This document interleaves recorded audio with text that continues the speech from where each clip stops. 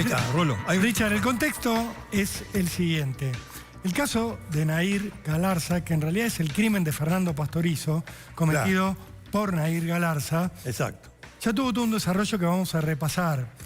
Ocurrió el 29 de diciembre de 2017 el asesinato de Fernando Pastorizo en Gualeguaychú, en Entre Ríos. Ese día Nahir Galarza le disparó 2 veces y lo asesinó. Sí.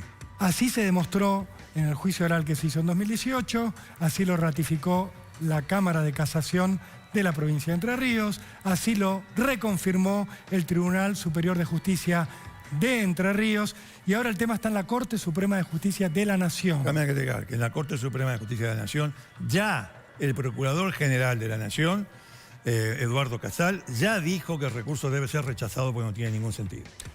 ¿Cuál es el tema? Que Nahir Galarza está condenada a prisión perpetua. Es la condenada más joven en recibir esa pena en toda la historia.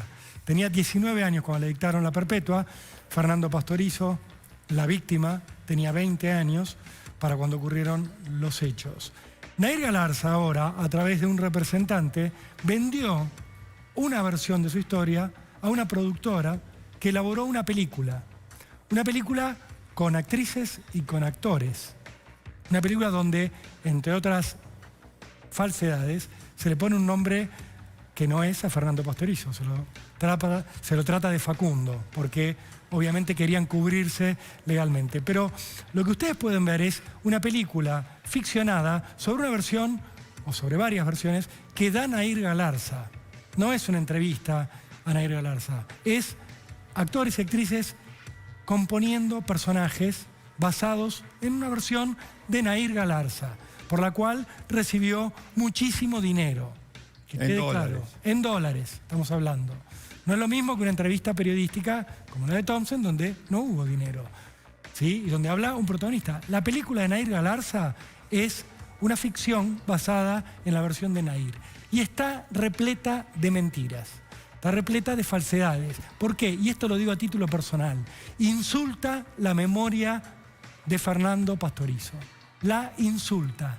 Es una afrenta a la memoria de la víctima que recibió 2 balazos. ¿Por qué? Porque dice la película, entre otras cosas, que Fernando Pastorizo era un joven violento, que la sometía a Nahir Galarza a violencia, a acoso, a violencia psicológica, a violencia física. Por eso es insultante. El papá de Fernando ya lo ha dicho y está analizando hacer acciones legales. Ese es un límite que se ha cruzado con esa película, que obviamente ofende a la lógica y ofende la sensibilidad de todos nosotros.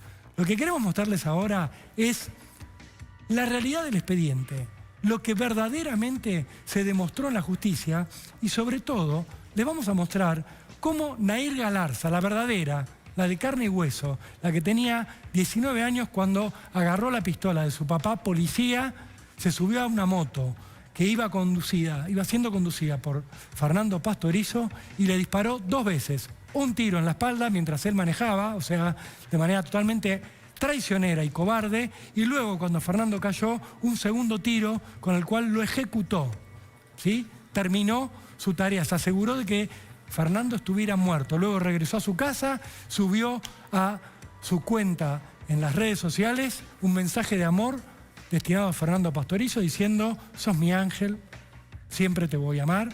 Y luego le negó a la mamá de Fernando, que lo estaba buscando con desesperación y que acababa de enterarse de que Fernando había aparecido asesinado en una calle de Gualeguaychú, haber estado con él. Esa es la verdad. Ella, a partir de estos hechos, fue elaborando diferentes mentiras, porque ella confiesa en un primer momento y cuenta una primera versión sobre lo que pasó. Una primera versión que yo creería está muy lejos de la realidad. Rolo, mira. Esta es su primera declaración. La primera declaración, yo no sé nada. Yo no sé nada. Me enteré por teléfono de la muerte de Fernando Pastorizo. Me llamó la mamá de él esa noche, ni siquiera lo había visto a Fernando. Primera declaración, todavía como testigo. Una palabra, primera mentira. Una mentira como testigo, una mentira que le dijo a la mamá de Fernando. Era mentira a tal punto que esa noche Nahir fue a su casa con Fernando, tuvo relaciones sexuales y después le dijo a Fernando, llévame en tu moto a lo de mi abuela. O sea, estuvo todo el tiempo con Fernando. Bueno, ella dijo, no, ni lo vi esa noche. Después, acorralada por las evidencias, tuvo que cambiar esta primera versión. Vamos a esta primera mentira. A la segunda. Esto lo dice el 29 de diciembre a las 10 de la mañana. El crimen había sido alrededor de las 5 de la mañana. A las 10 de la mañana, 5 horas después, ella dice esta mentira. Después va a cambiar la versión, Richard, 12 horas más tarde de la primera declaración. Sí, señor. Son las 22:42 del 29 de diciembre. ¿Y qué dice Nair? Lo maté en una noche violenta. En ese momento confesó que lo había matado, sí. Dijo que lo hizo con el arma de su papá que agarró de arriba de la heladera. O sea, el arma del padre, el padre policía. La madre también, aunque había pedido licencia, después volvió. Bueno, en fin, el padre policía. Había dejado el padre el arma sobre la heladera y ella, que sabía, incluso sabía disparar, lo agarró de allí y bueno, lo mató. En esa circunstancia que estaba diciendo Rolando. Ella detrás, en la moto, conducida por Fernando, y ella detrás, armada. Y ahí le pega 2 tiros. Segunda versión, acá queda como imputada. Segunda versión, Richard, mentira. Que el fiscal no le creía que sabía manejar armas, y eso en la película se muestra de una manera un poco liviana, si quiere, pero ella le mostró al fiscal con un arma cómo se manipulaba, porque ella tenía muy claro. No cualquiera puede disparar un arma. Claro, no cualquiera. No, si yo le doy una pistola 9 milímetros a alguien que nunca la tuvo en sus manos, no tiene idea cómo disparar. No hay que agarrarse el arma y disparar. Ella le mostró porque el fiscal no le creía, una chica de 19 años. Pero era la realidad, ella había disparado. Y ella lo va a contar en la noche del 29 de diciembre de 2017. Con todas las garantías, acompañada por su abogado, Richard. Sí. En una declaración con la cual su padre estuvo de acuerdo ante el fiscal del caso. Le dijo esta versión. Lo que mintió, la parte mentirosa de esto, es una noche violenta. Habían tenido sexo. No fue una noche violenta, todo lo contrario. Lo que pasa es que ya empezaba a pensar, con la posibilidad de echarle culpas a Pastorizo poniéndolo como un pibe violento. Fernando Pastorizo no era un pibe violento, nunca le pegó a nadie, al contrario. Ella y alguna amiga de ella, hago así porque no la voy a mencionar, le pegaban a él. Sí, en la Navidad anterior le pegaron. Le hicieron llorar. Sí, en la Navidad anterior, 4 días antes. Buah, fantástico. Entonces, todo al revés. Pero vamos a la tercera. Entonces, la primera no sé nada. La segunda, yo lo maté. Acá. Esta es increíble, Richard. Esta es la tercera, 25 de junio del 18. En el juicio. ¿Eh? En el juicio. En el juicio. Fue un accidente, se escaparon los tiros. Escuchame una cosa. Ella dice así, mirá. Ella dice así. ¿Cómo? Sí, resulta que ella dice, el que agarró el arma de la heladera fue Fernando, no fui yo. Con lo cual ya se contradice con la declaración anterior. La agarró Fernando. Fernando en su vida tocó el arma del papá de Nair, ¿eh? Claro. Entonces, la llevaba a la casa, ¿no? Entonces, conducía a Fernando, ella detrás. Ella dice que sabía que Fernando le había agarrado el arma. Entonces, pasa una mano, ella va agarrada del tipo de adelante, ¿no? De Fernando. Pasa una mano por el costado de Fernando, porque parece que Fernando tenía la pistola entre las piernas. Parece, siguiendo lo de ella, que es toda una mentira. Pasa la mano, agarra el revólver sin que el pibe se dé cuenta, saca el revólver, se lo pasa de mano porque es diestra, y le pega un tiro accidentalmente. Sí. Bueno, en el movimiento de la moto agarré, o sea, ya el arma no tenía seguro, etc. Bueno, no importa. Agarré, ¡pum! Se le dispara un tiro. Ahora, se caen. Ella está ilesa, pero bueno, se caen. Fernando baleado. Baleado. Tirado, boca arriba. Con la motocicleta, la moto, encima de él. Sí. Y ella dice que en el revoleo, en el momento ese de confusión y qué sé yo, tenía el arma en la mano y ¡pah! Le pega un tiro que le da en el pecho. No, todo accidental. Todo accidental. Se le escapó el segundo tiro también. Dos tiros se le escapó. Es decir, ¿qué querés que te diga? Bueno, se le escaparon los tiros. Un tiro, el de atrás, el que se le escapó entre comillas, ¿no? Primero, le entra acá a Fernando. No le entra acá, ¿eh? No es a la altura de la cintura. Le entra acá arriba. O sea, tiene esta trayectoria. ¿Eh? Y el otro le entra acá. Bueno, eso, según esta piba, fue un accidente. Se escaparon, los tiros se escapan solos, no es que a ella se le escaparon. No, la bala es la bala mágica, las balas mágicas, a ella se escaparon los tiros. Bueno, muy bien. Imposible de comprobar. No hay perito en el mundo que pueda sostener que esto ocurre en la vida real, en ninguna situación. Un primer tiro que se te escapa con una persona manejando la moto, para accionar una 9 milímetros hay que quitarle el seguro, hacer correr la corredera para atrás para que la bala esté en la recámara y después gatillar. Todo eso accidentalmente, dice Nair, que ocurrió. Y el segundo tiro, después, imagínense si uno se le escapa un tiro con un arma y le pega un balazo a la persona que ama.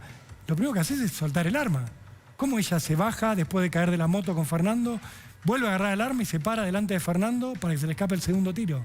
No tiene ningún sentido esto. No tiene ningún sentido. Es que nunca dejó el arma, nunca se le fue el arma de la mano. Siempre lo tuvo. Pero si estaba tan nervioso, no. No, siempre tuvo el arma en la mano. Es decir, evidentemente, los peritos demostraron, para que no diga, usted lo dice usted, no, los peritos, recontra peritos, 300 millones de peritos, demostraron que los disparos no pueden realizarse de manera, estos disparos, de manera accidental.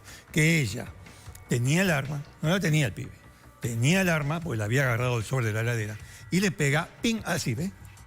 Le pega así. Por eso yo hacía que le entra por la espalda, en el tercio superior de la espalda. Bueno, le entra por la espalda.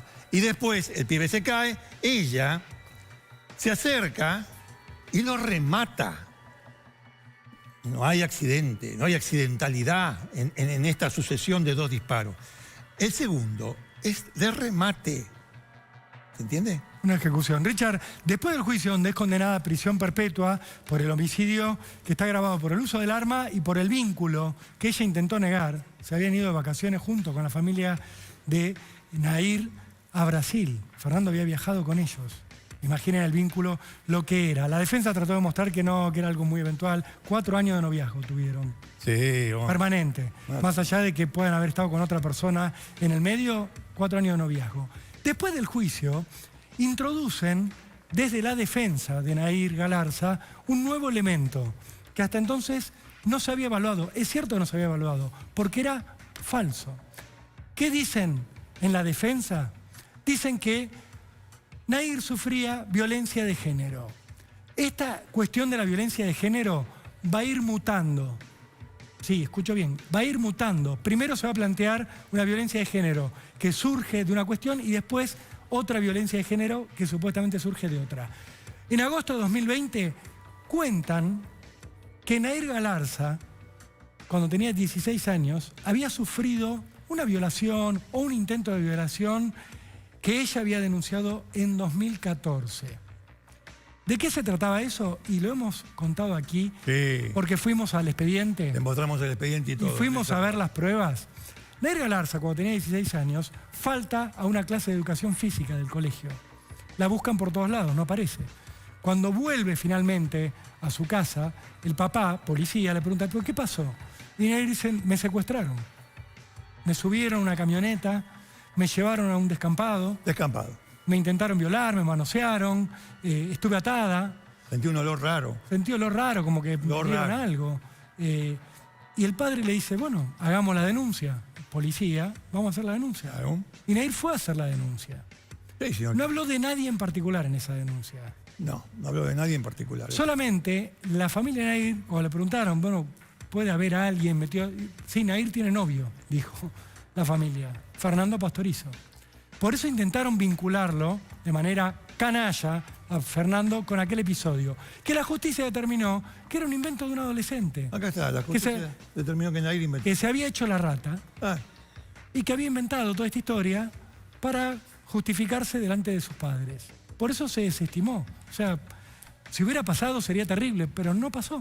La justicia dijo, esto nunca existió. No existió. Pero alguien lo recordó y lo usaron en uno de los recursos que presentaron. No, Nair venía sufriendo violencia desde hacía tiempo. Bueno, descartado, falsa esa situación.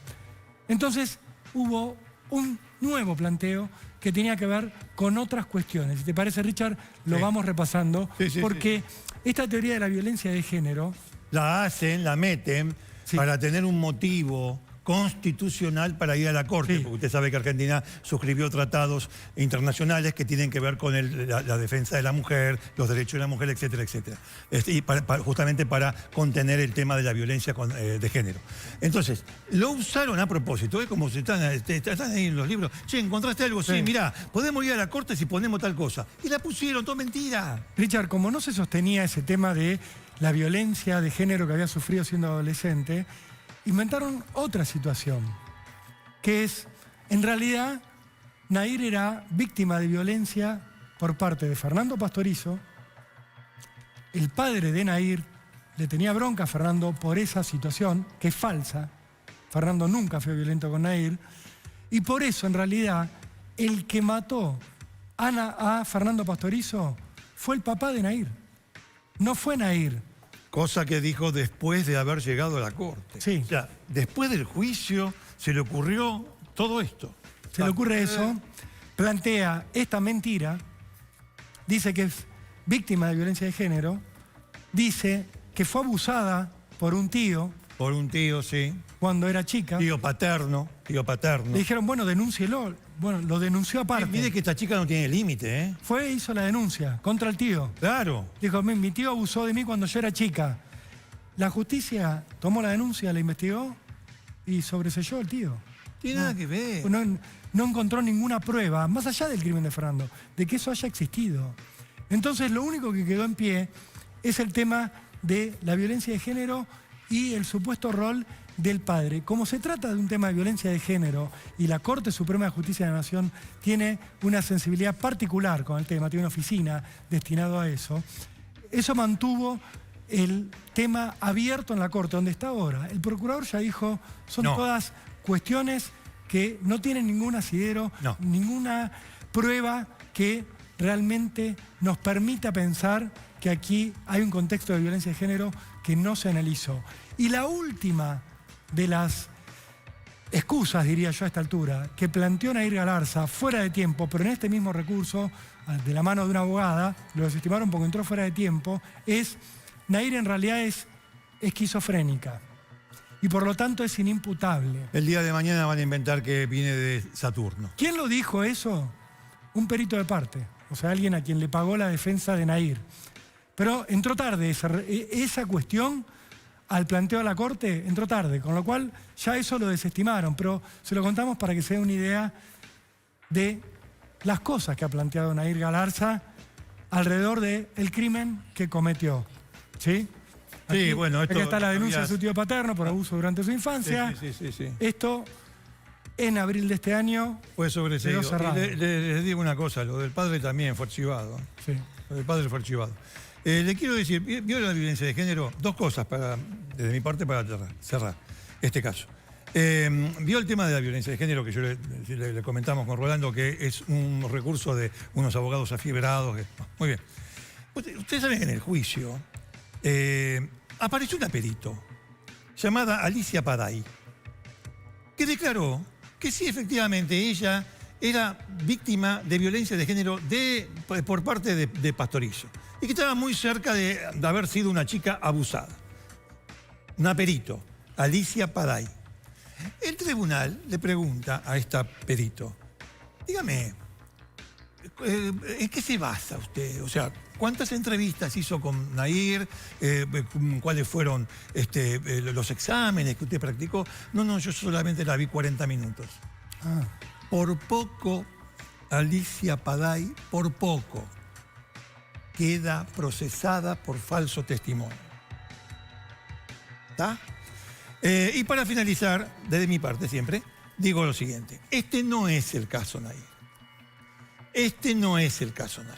Este es el caso de Fernando Pastorizo, un chico que fue asesinado por la espalda y rematado de frente por una piba de 19 años que se convirtió en la más joven en ser condenada en este país.